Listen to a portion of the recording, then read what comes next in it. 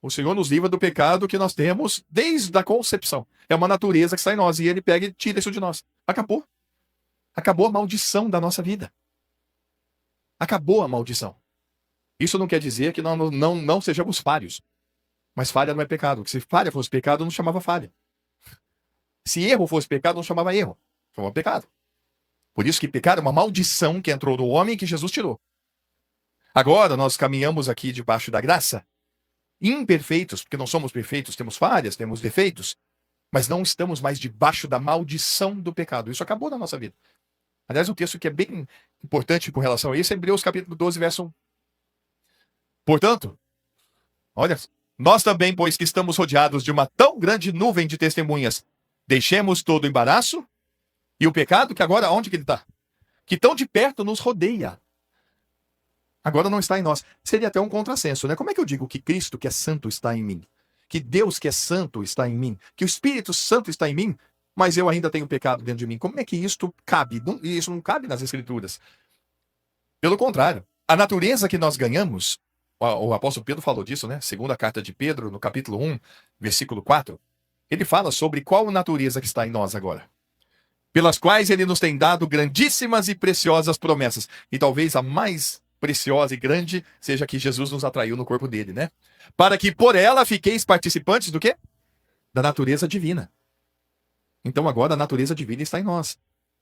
Lembra de uma coisa, são princípios importantes, né?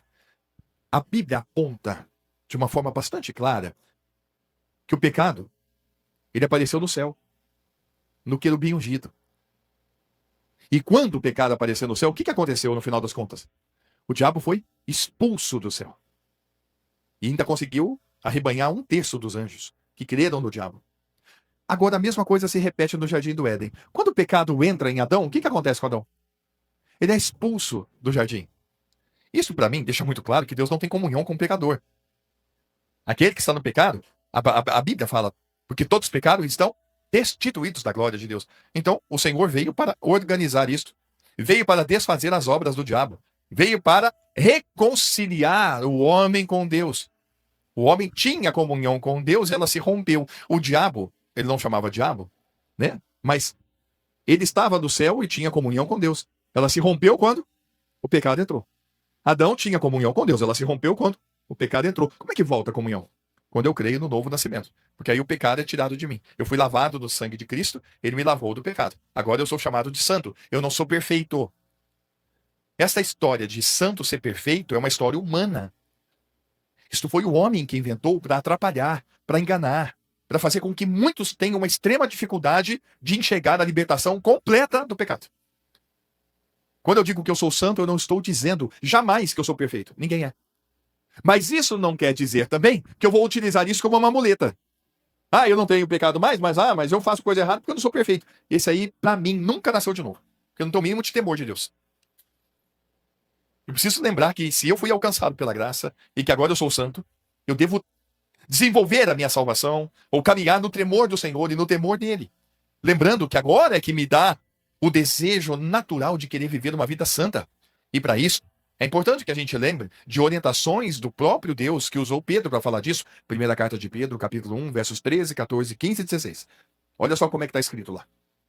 Portanto, cingindo os lombos do vosso entendimento, precisa ter esse entendimento, né?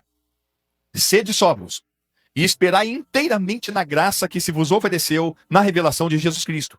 Como filhos obedientes. Deixa eu só lembrar uma coisa aqui.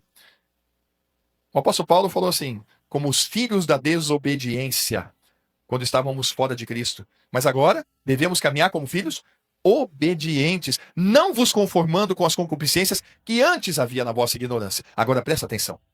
Mas como é santo aquele que vos chamou, sede vós também santos em toda a vossa maneira de viver. E ainda diz como? Porquanto escrito está. O que está escrito? Vamos falar todos juntos? Sede santo, porque eu sou santo. Então a santidade não é minha, não é sua. Se eu sou santo é porque o santo vive em mim. E a palavra santo, para que a gente tenha clareza, para que não haja erro, a palavra santo no original significa separado. Santo é aquele que é separado. E talvez, entendo aqui que Jesus explicou isso da melhor forma possível quando disse, eu não sou do mundo, como eles também não são do mundo. Esses são separados, não são mais daqui. Esses são do reino de Deus. Esses são embaixadores da parte de Cristo. Esses agora são peregrinos e forasteiros aqui na terra. Eles não são mais deste mundo. Quando creram.